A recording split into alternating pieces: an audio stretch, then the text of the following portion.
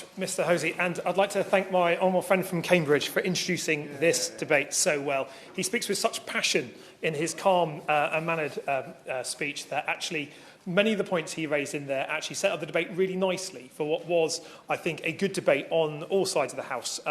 It is quite common in Westminster Hall that there is consensus across both sides of the House. And if only BBC Parliament and the news channels showed more of what was going on in here, less so of what was going on in the main chamber, then they would see politics at its best. Because actually many of the debates that take place in here do get into the detail and the intricacies and do encourage the ministers to look at some of the detail, not just the sound bites that matter. And when we're looking at rewilding and restoring nature, it is in many cases the detail that does matter about this, because it is easy to put big picture phraseologies around how we want to restore nature and we want to rewild, and let's insert a very large number of trees and say we're going to plant this. But actually it's the detail and delivery that makes a really big difference, because I think it is worth saying, and it has been said by colleagues on both sides of this debate, that climate change is real. In Parliament, businesses, local government and in all our communities, we're now confronted by a very pressing question. Since Parliament has declared a climate emergency, what are you doing differently? And if the answer is nothing, as frequently it is, then that's not a good enough answer.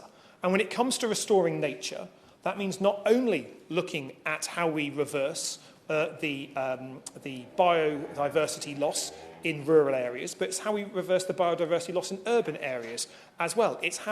What role can our brilliant local councils play, as well as central government, businesses, voluntary groups, the third sector and cooperatives and mutuals as well. There are lots of challenges, and it is up to each and every one of us to do so. And that is why when the Shadow DEFRA team talks about the climate emergency, my honourable friend from Workington and from Stroud are always very keen to mention the phrase that my friend from Bristol East used in her remarks, that this is a climate and ecological emergency.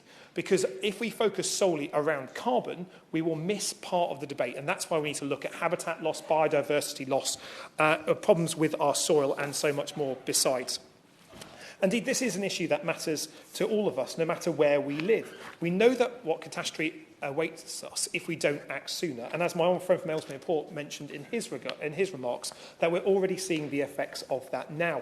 If we do not drastically cut the amount of carbon we produce, sea level rises, extreme weather, population movements, large parts of our planet, our home becoming inhospitable and unlivable. In particular in this debate, we'll see greater biodiversity loss, habitat loss and the extinction of countless animal, insect, fish and plant species. Indeed, while this debate has been going on, according to the latest diversity loss, we would have lost a couple of species from around the world. That shows just how pressing this is. And many of those species might not be household names. We've had good debates in here. Indeed, the Minister was a part of those around the ivory ban, about the loss of some really flagship species. You know, the elephant, the rhino, due to hunting and activities. But actually, as we saw from the honourable member for Leeds North West, who led a debate in this place very recently about the loss of insects, many of those small insects that many of us won't know the names of are just as important to our economy as we go along. And that's why I think it was good that so many people in this debate talked about why rewilding was good.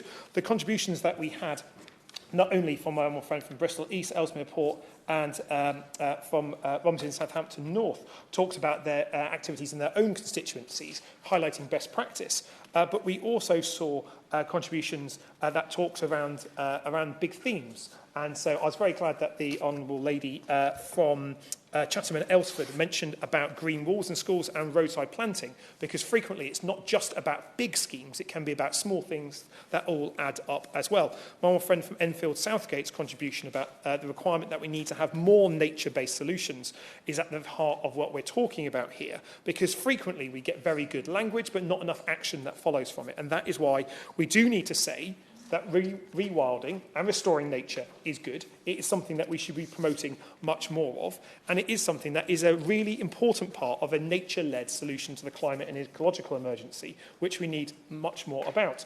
Now, the honourable member from Romsey spoke very passionately about the importance of trees in the debate, and indeed on this side of the House there's contributions about the variety of trees as well, because we not only need to plant more trees, Sir David, we need to make sure that the species that we're planting don't contribute to a monospecies environment where it's harder for insects, bird life and other plants to thrive. We need to have a mixed approach to this. Now, that in some cases makes it slightly more expensive to plant because you're not ordering 1 million trees of the same species, you're ordering different species along the way. But that creates the truly unique environment. And actually, we know from the research that tree planting, where you plant multiple species alongside each other, sequests more carbon and is a home for more animal life in particular than having tree species of the same variety in the same location. So when we're talking about tree planting, we need to make sure that we're talking about the true diversity of that. And I think the government says a lot of good words when it comes to tree planting, and indeed their manifesto commitment about planting so many trees, as raised by my old friend from Ellesmere Port, was a positive one. It is just a shame that we haven't seen the action around it. Now, I know the Minister will not be accepting any greenwash in his department, but all too lately, we have, unfortunately, when it comes to tree planting, had very, very bold soundbites and very, very poor delivery. And I'd be grateful if the Minister could set out how he intends to reverse that when he comes to his conclusion. The mention about the importance of sequestering carbon in our forests is really important. And indeed, my friend from Bristol East spoke about the importance and the opportunity of sequestering so much more in our natural environment that could come from a potential agriculture, a change in agricultural setting. I look forward to the agriculture bill coming, and indeed, as the Shadow Minister for Fisheries, I also look forward to the fisheries bill coming. Two very important bills that have been hamstrung by the Brexit paralysis that we do need to see because of the impacts on our natural environment and our coastal and rural communities as well. Now, many of the members in this debate also spoke about the importance of re-wetting our peat bogs and preventing the burning of our grouse moors. Now, that was a policy that my party launched during the summer, and there was a day when I spent the entire day at BBC Plymouth speaking to different radio shows and different TV stations, talking about why moving driven grouse shooting, for instance, by changing the economy and the approach around driven grouse shooting could create additional biodiversity in those rural areas. And that is an approach that not only works on driven grouse shooting, but should also work when we're looking at rewilding of other forms of our natural environment. And here it's important not to just make the case for a rural environment, it's important to make a case for an urban and rural environment as well, because we need to enhance biodiversity in all those settings. And indeed, as the majority of our population live in urban environments, it's important that the activities that we have as individuals can take place in the areas where we live and not just the areas where we want to visit or where we might think of when we talk about those natural environments some more. The member for North East Hertfordshire, who's unfortunately not in his place anymore, was very bold when he called for a policy for water. And indeed, the government's policies for water, I think, are far too managerial when it comes to response to climate change. And I think that would be an area that I'd encourage the new minister to give his department a little kick for, because I think there is an opportunity to go much further. The over-extraction of water from our chalk streams, for instance, carries an awful lot of headlines, and rightly so, because that is an area where there is severe damage being done to our chalk streams. And it's not just those fantastic figures like Fergal Sharkey that campaign on those areas. There's local groups right across our chalk stream communities who are really concerned about what is happening in those really precious and unique environments that we need to do so much more about. I thank the Honourable Member for that intervention, and she's exactly right when it comes to it. Frequently in these problems when it comes to biodiversity loss and habitat loss, the problems are always and rather than or, and indeed the solutions are always and rather than or as well.